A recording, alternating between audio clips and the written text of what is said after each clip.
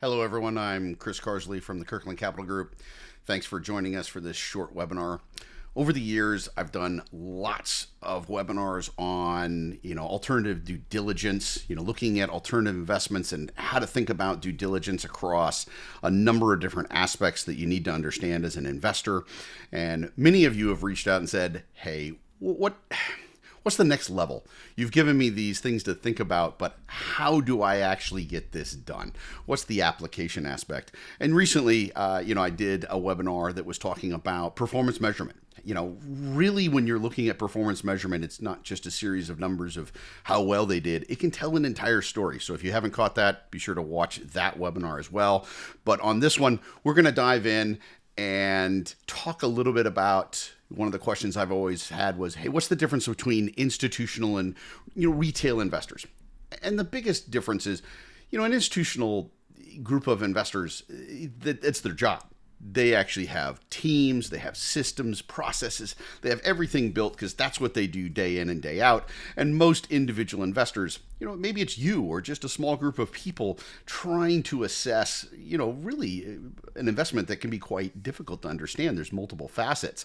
So one of the things that we talked about was, hey, build a network around yourself, maybe some team members, but also some additional resources. So let's talk about some ways to effectively build a network. Well, in this one, we're going to talk about, first you got to really identify your needs. Well, what is it you're lacking? What is it you don't have in yourself, in your resources, or maybe a small team that you've put together? Then we're going to walk through some options. Okay, I'm going to give you a number of different things to think about of where to go find these people, these advisors, this network that you're going to build. And then finally, we'll talk about, some etiquette and some pointers in networking. As somebody, I have a lot of people reach out to me and I love to help people, but there's only 24 hours in a day. And so we'll walk through some of the things that as an advisor and some people and someone who actually helps people answer a number of questions in due diligence, I'll share those points. First step, let's identify needs. When you're looking at an alternative investment, there's multiple factors that you may not understand. Does this particular investment require some unique valuation metrics? Do you not understand the legal or the compliance or the regulations? What are the risks inherent? You'll look at a lot of different types of investments, and they're all going to have different risk factors. So once you've identified what you need, then you need to do the next two things is really looking at, what advisors do I need? What experts do I need? And how am I going to source those particular experts to fulfill these needs? So that's important. Let's take that first step. Identify your needs before you start trying to reach out to people. Some networking options.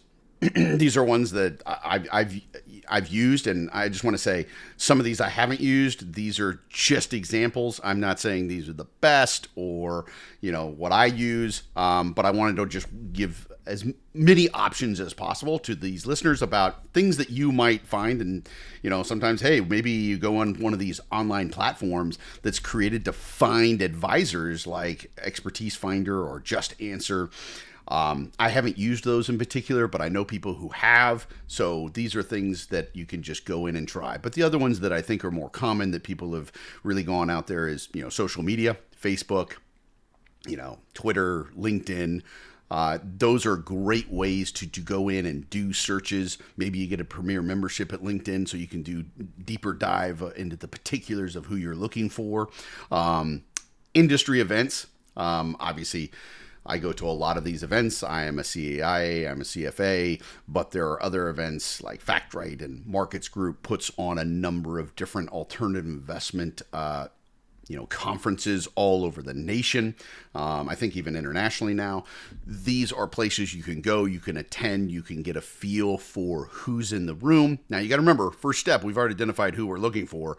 So once we get into these conferences or we go into social media or we go into these online platforms, you already have an idea of what you're hunting for. So it'll narrow your search in the time there, and you can find one of these that works best for you, or maybe a combination of them.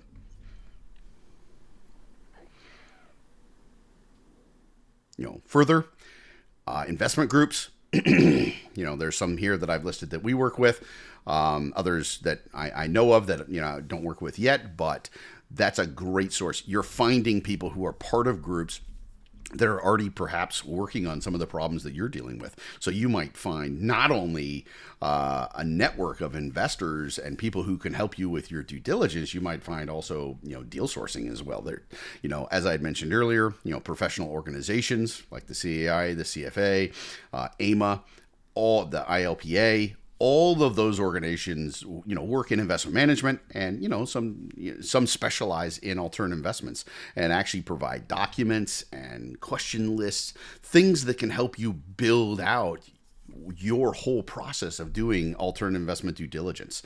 And next, I always tell this, I go talk to a number of different students at a variety of different colleges. I say, listen, look at the person to your left and your right. This is your network. And this is a network that even when you're in the work world, you can go back into. You can reach in there and say, well, who else was in that class that's doing something that I need, that I've identified as one of my weaknesses? Maybe I can network with that person. Maybe that person can be part of my future network, and we even went to the same school, or even a different school. I have networks that span multiple colleges.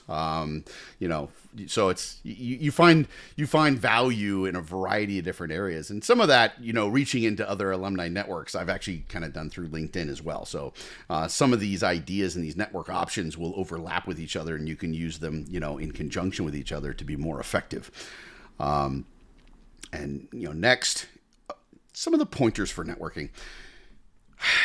I'll go to the one that's probably the most important on this page right now. Is networking is not a sales pitch. I'm raising money. I run a fund. I don't reach out to someone immediately and say, hey, here's my fund. Networking is not a sales pitch. You're trying to really learn about this person. You're trying to learn, and hopefully they have, something that helps you, one of your needs that you identified earlier. But one of the things also is you could give value at the start too. Once you listen to what this person is working on, and and listening will help you identify if this is the right person to fit your need that you identified earlier. You also might learn how you might be able to help them. You could be providing value back to them. That's a great way to start a relationship, is where you've helped someone. I've actually had investors that have come into my fund that I listened to what they needed, made introductions to them, helped them long before they came into my fund. So it's really a powerful piece, is that combination. It's not a sales pitch. See how you can add value, because obviously you're successful in your own right, and you have your own networks and you have your own knowledge base. So maybe there's a fit there. If you're talking to someone that is very, very busy, be respectful of their time. Come prepared to the meeting. You start the conversation, but in that start the conversation is be ready with questions. Have things ready to go for what you want to drive at and understand. And then be sure to, once you're done with this, follow up with that connection.